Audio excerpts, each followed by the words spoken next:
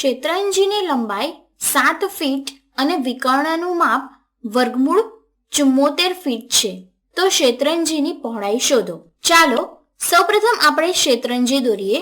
આ શેતરંજીની લંબાઈ છે જે 7 ફીટ આપેલી છે અને આ તેની પહોળાઈ છે અને શેતરંજી કંઈક આવી દેખાતી હશે. હવે આપણને કહ્યું છે કે તેના વિકર્ણનું માપ વર્ગમૂળ 74 ફીટ છે. તેથી આ લંબચોરસનું વિકર્ણ છે અને તેનું માપ છે વર્ગમૂળ 74 ફીટ. આ અંતર એ શેતરંજીનું વિકર્ણ એટલે કે લંબચોરસનું વિકર્ણ છે. હવે આપણે શેતરંજીની પહોળાઈ શોધવાની છે.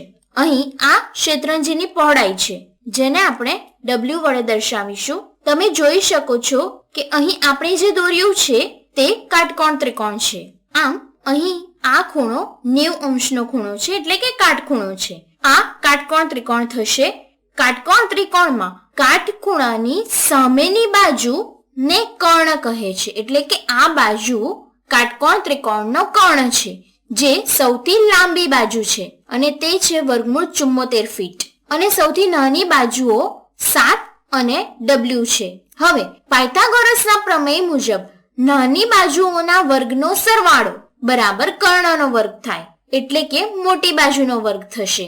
તેથી પાયથાગોરસના પ્રમેય મુજબ આપણને મળશે W નો વર્ગ વત્તા 7 નો વર્ગ બરાબર વર્ગમૂળ 74 નો વર્ગ.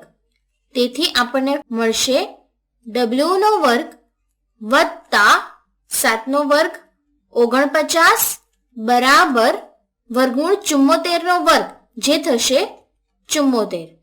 હવે સમીકરણની બંને બાજુએ 49 ને આપણે બાદ કરીએ. આમ ડાબી તરફ આ નીકળી જશે અને મળશે W નો વર્ગ બરાબર 74 ઓછા 49 શું થાય? અહીં આપણે દસકો લઈને ગણતરી કરવી પડશે. તેથી આ થઈ જશે 14 અને આ થઈ જશે 6. 14 ઓછા 9 બરાબર 5. 6 ઓછા 4 બરાબર 2. આમ આપણને મળ્યું W નો વર્ગ બરાબર 25. તેથી W બરાબર થશે વર્ગમૂળ 25. અહીં આપણે ધન વર્ગમૂળ લઈએ છીએ.